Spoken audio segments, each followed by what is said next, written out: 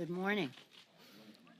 With all the excitement that is going on around here and in the world, thank you for being here this morning. We talk about, while that's all going on, we're keeping the House running here. Very proud of Joaquin Castro's legislation to overturn the president's ill-conceived idea about undermining the Constitution of the United States. Very proud of the work he did to have us be ready when the president took his action so that the House, was ready to honor the institution in which we serve. Article 1 of the Constitution, the legislative branch. We've sent the legislation now over to the Senate. Yesterday was a big day for us. For many of us who have worked for years on gun violence prevention, it was a big day when the Bipartisan Background Check Act of 2019 passed with such a strong vote on the floor of the House. The night before, many of us were at to observe the 25th anniversary of the Brady Bill. That was historic when it happened and has saved many lives since. Millions of people have not been able to get, not millions of people, millions of times people have not been able to get a gun who shouldn't have a gun.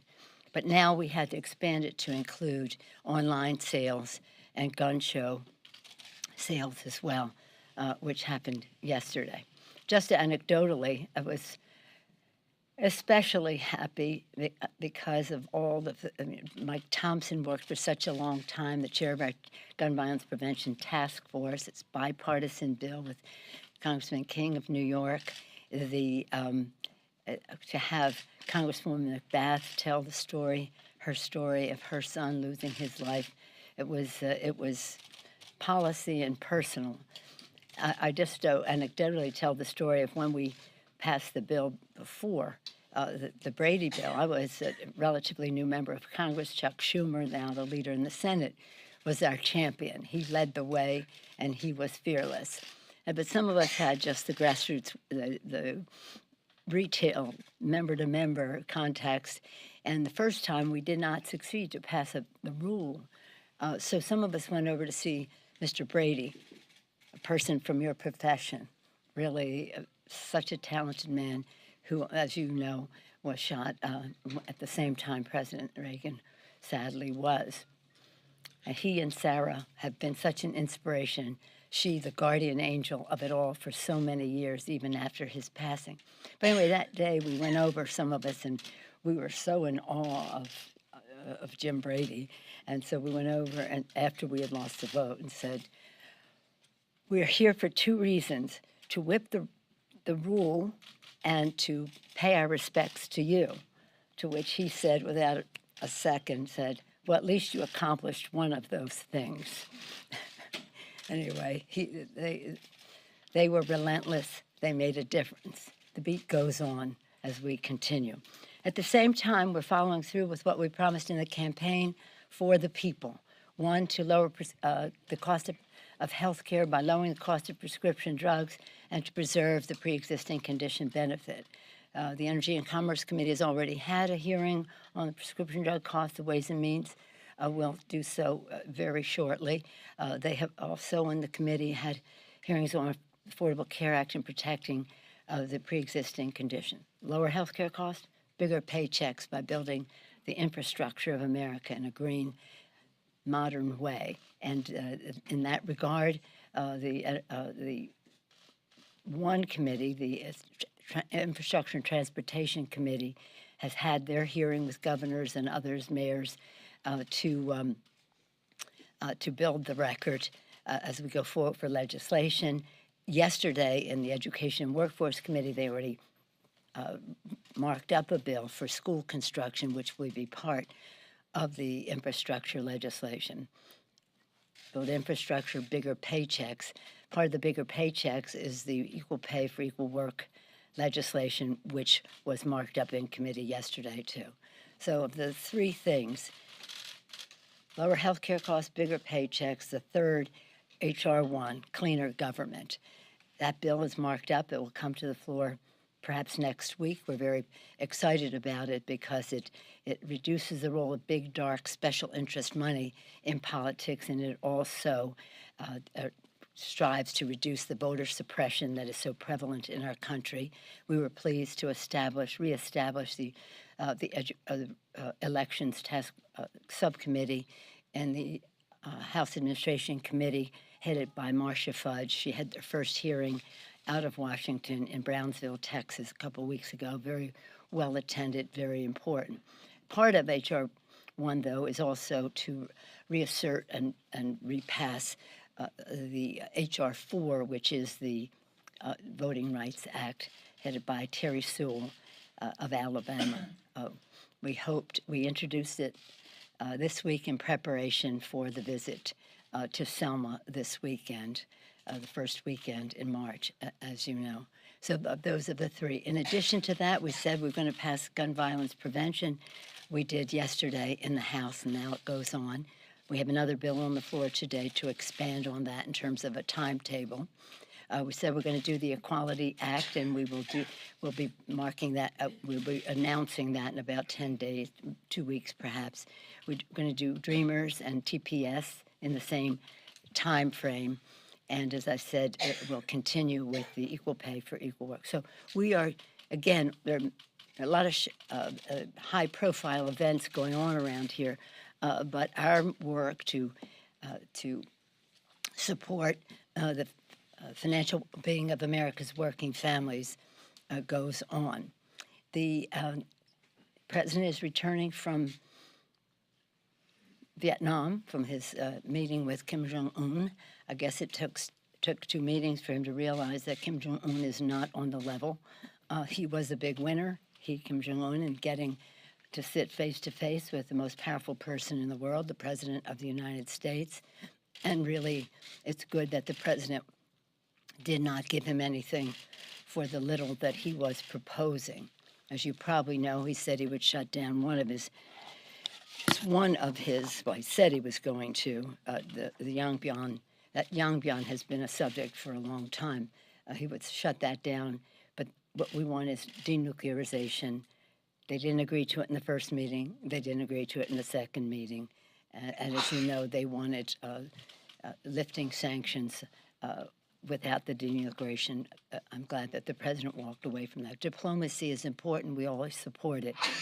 But the prospect for success, God bless you, the prospect for success seemed dim in light of the insincerity of Kim Jong-un. I've been, as many of you know, to North Korea, to Pyongyang, beyond the DMZ, and very serious concerns about North Korea, always hopeful that diplomacy can take us to a place ever suspicious of the motivations of a person like Kim Jong-un. So I'm glad that that didn't work. Earlier, last weekend, I was pleased to lead a delegation to the Munich Security Conference and then on to Brussels for NATO meetings. I'm proud to say that our delegation was part of other delegations that went. Over 50 members of Congress were there, House and Senate, Democrats and Republicans, reasserting our commitment to the transatlantic relationship between the U.S. and Europe, as well as our commitment to NATO to strengthen it. People seem very happy to see such bipartisanship, House and Senate, with a very positive message of the importance of that region to us. So those are some of the things that have been going on here. And right now, we're debating the second bill, H.R. 1112, for gun violence prevention. So if I run out the door, it's because I have to go make a vote. Yes, ma'am. No, Katie. Of the United States seemed to side with Kim Jong-un on the question of Otto Warmbier, the American student who died after being in North Korean custody. What's your reaction? I'm sorry, I'm not familiar with what the president has said about that. He was asked about it, and he seemed to say that Kim Jong-un denied a role in this and that he believed Kim Jong-un. Well, see, as I said, I don't think Kim Jong-un is on the level, and the president has believed Putin as opposed to believing his own intelligence leadership on subjects. So, again, I didn't know the president had said that, but it's strange. And I don't know, there's something wrong with Putin, Kim Jong-un, in my view, thugs that the president chooses to believe. Yes, ma'am. Speaker, what should the consequence be if the president did violate campaign finance laws while in office? You know, I haven't, let me just say, I read you what we're doing here. We're constantly busy. And so I didn't sit down and watch the proceedings yesterday. But I do know what I saw in the reporting of many of you is that Chairman Cummings was just a magnificent maestro. And each and every one of our members did a very good job in trying to elicit the truth, to try to get to the facts. Some of it was confirmation, as Jerry Connolly said. Some of it confirmed things that they had heard otherwise. And some of it, as you heard, was possibly new. Some of the high-profile statements seem new. Again, I'm not in any position to verify what he said, but that would be Mr. Cummings had, I trust his judgment, and he had some questions about suspicions that might be true. Would that be an impeachable offense? Well, I'm not going into that. We have two investigations, the Mueller report that we're all anxiously awaiting, and as was indicated, the one thing I did see widely reported was that the witness said that other issues that he was aware of were under consideration by the Southern District of New York. So let's see what that is. But again, impeachment is a divisive issue in our country. And let us see what the facts are, what the law is, and what the behavior is of the president. I've said to some of you running up and down the hall, right now, what I'm concerned about is the president's undermining of the Constitution of the United States, which with his, again, ill-advised declaration. I think he was totally wrong. I was at the border this past weekend. What he's proposing is going on there is mythology. It is not reality. I wish you could all go to Laredo for the week of the birthday of George Washington and honoring George Washington, Martha Washington, so patriotic, such pride and heritage, such patriotism about America. So that concerns me more than what may or may not be said now. When the facts are known, then we'll make a judgment then. I'm also concerned about what the president is doing in denial of what is happening in terms of climate change in our public policy arena, that he is still in denial. I'm concerned about his heaping praise on a tax bill that gives 83% of the benefits to the top 1% and ignores the needs of people as we write budgets. So I'm more concerned about his policy than his personality. However, when the facts are known, then we can make a judgment. Yes, ma'am. Madam Speaker, on the gun votes, you're a good vote counter. What do you think the chances are that either of these can get 60 votes in the Senate? And if they cannot advance in the Senate, what would you say they've achieved, if anything? Well, these bills are bipartisan, especially the one yesterday, which was the heart of the one that that we have worked so hard on for such a long time. And today is an important continuation of that. You've heard me say it over and over, public sentiment is everything. 90% of the American people support background checks, even members of the National Rifle Association. Most of them who are gun owners have had their background checks, and they have they personally don't avoid that. So 90%. Some of the figures are stunning, though. Do you know that 43 children or teenagers die from gun violence in our country in a day? So I think public sentiment is going to play. I quote him all the time, Abraham Lincoln, public sentiment is everything. With it, you can accomplish almost anything. Without it, practically nothing. Public sentiment is there. I think the public is tired of moments of silence, a time of mass murders and high-profile tragedies. But these tragedies happen in the lives of American people every single day of the week. So I count the votes in the House, not in the Senate, as you know, but I do think that when the opportunity is there for a bipartisan bill, which is very discreet and focused, and is the bill that will save the most lives, that hopefully we can get a positive vote from the Senate. Speaker. Yes, sir. Yesterday, the House Republicans passed another motion to recommit with an ICE amendment on that gun vote. And there's some reports out there that Democratic leaders and yourself are considering changing House rules to perhaps give more notice and have members more time to read these motions to recommit. How seriously are you considering these changes? And then also the minority leader's office is threatening that this would ground all legislation to a halt if you do take these steps. Well, I don't know that he has the authority to do that. The power of the Speaker is awesome. However, they should remember that.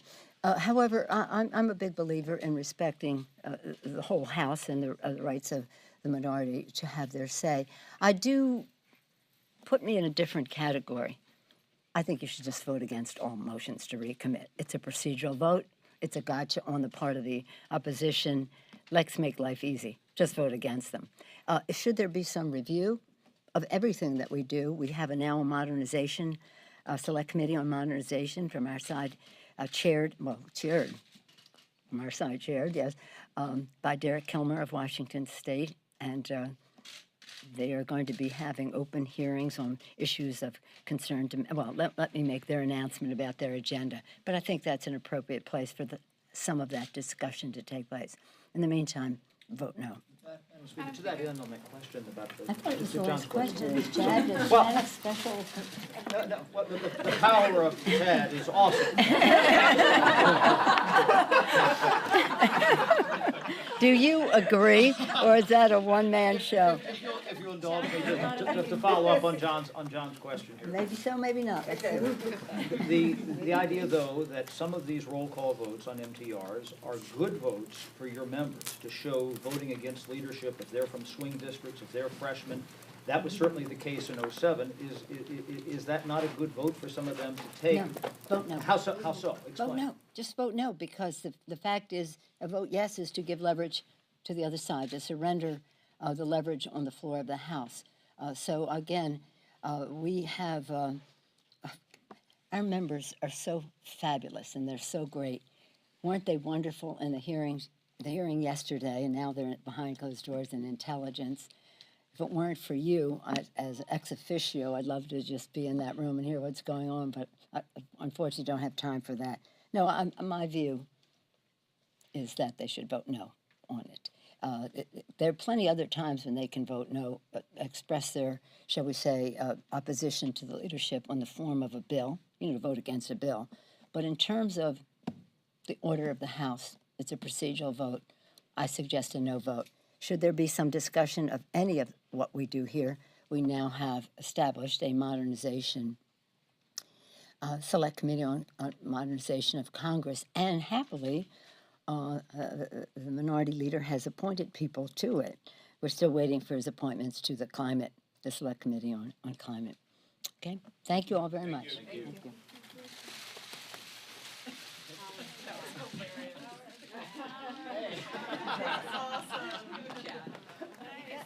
Indulging that ego. I appreciate the follow-up.